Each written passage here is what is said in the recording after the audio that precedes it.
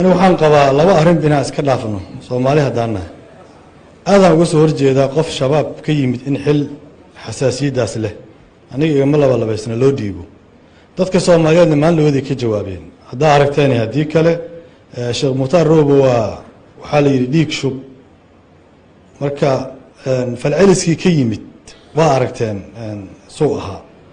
صوتها ضدك حلك هيا وإني دريمي كران درانك شعبك النبي عليه الصلاة والسلام هذا كورة وحالك الهركة نين جحش اللي يرادو مركز ويل هلا يقريو صوته وحود لي حمزة إنه عبد المطلب وننها اللي هي هايو إسلام كان أسوأ الجميع النبي كان أدير كيس هايو دلي مركز وحويري وصا إسلام مركز وحويل هلا يقريو وجه كيسه ما في ركرو ده درينا كوفيريو ما هايو مركز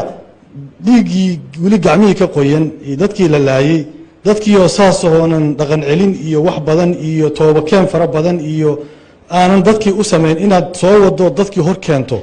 waxay kamid tahay runtii siyaas xumaday kamid tahay aniga markii waxaan qabaa yaana shabaab iyo wax xiriir lahaa naloo keenin taas waa qodob waxaan kale ku tali lahaa hadda kooraan 9kii bilowgiisii aan Suudaan wax barasho aaday ururka arday oo xoog laha ka jira marka oo arday Soomaaliyeed ay hope inuu wali jiro ay leeyihiin marka waxaan damcay inaan aan hogaanka ururka u tartamo waxa la yiri xeerka ururka ka mamnuucay inaad tartanto maxaa dhacaan yiri hal sano waa inaad Suudaan joogtaa la igu yiri Soomaaliya waxaan kula talinaa qofka ugu yar ay xil u dhiibanayaan min madaxweyne ilaa ay taliye hal sano inuu dalka joogo horta hala keeno qof aan dalka jooginba ama bil ama 2 bilood joogay hadduu madaxweyne noqdo mid 6 bilood joogay ra'iisul wasaare noqdo midaan ba imaanina wasiir laga dhigo taliyeen midaan waa isku ciyaarayna Soomaa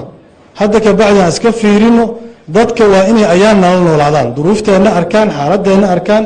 saa u noolnahay arkaan naga warqabaan nala joogaan al rabaa laakiin haddii aad xasan waxaan ku raacsanahay mas'uuliyadda qaranaga iska leh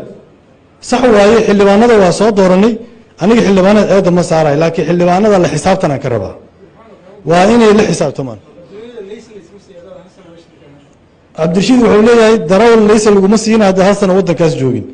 wardadan ba xataa bil la joogo dixil loo diibayo oo kuwa ugu sareey loo diibayo meeshaas dhibaato weyn ka jirtay aan dib isku fiirino baarlamaankii aqalka sare la xisaabtan aan ka rabnaa xaaladda waa kulushahay meel lagu harsado malaha waxaan ka rabnaa waa la xisaabtan oo si lilaahiya laakiin qooto iyo luqlu iska dhuumanayo baashi iyo shukaansi waa soo dhaaftay la xisaabtankaas aan ka rabnaa waa maasintii